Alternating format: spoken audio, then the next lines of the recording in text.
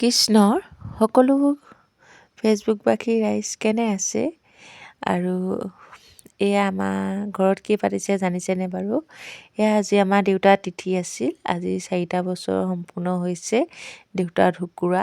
তাকে গধূলি ভকত কেইজনমান মাতি গীতা পাঠ কৰালোঁ। আৰু ইপিনে বৰ্তাই গীতা পাঠ কৰিলে, ইপিনে শৰাই সজালে। সকলোৱে লগ খাই দেউতা শ্ৰাদ্ধখন অকণমান ভালদৰে পাতোঁ বুলি ভাবিলোঁ।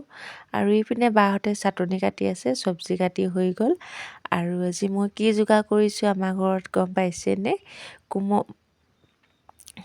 চকোৱা চাউলৰ জলপান আৰু ৰঙালাও, চৰাইবিন, বুট দালি এনেকৈ কৰি বনাইছে। আৰু এইপিনে চাহ বনোৱা জুয়ো পোৱা হৈছে, চাহো বনাইছে। আৰু এইপিনে গৰম প্ৰসাদ বনাইছে দেখিছেনে বাৰু?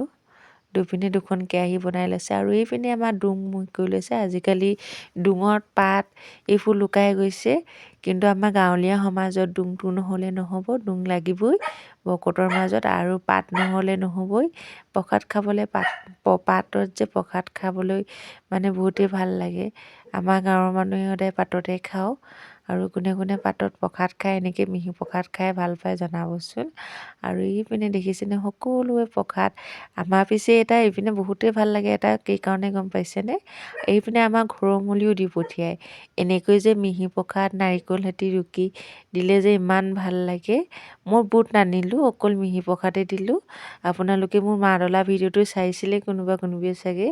আৰু সেই মা ডলাই কৰিছোঁ। আৰু এইপিনে আমাৰ টিকলি পৰিণীতা, তাই কৈছে ভিডিঅ' কৰিছে নেকি? মই অকণমান তাইকো দেখাই দিলোঁ। আৰু এইপিনে আমি প্ৰসাদ খাই আছোঁ। ভিডিঅ' কৰিবলৈ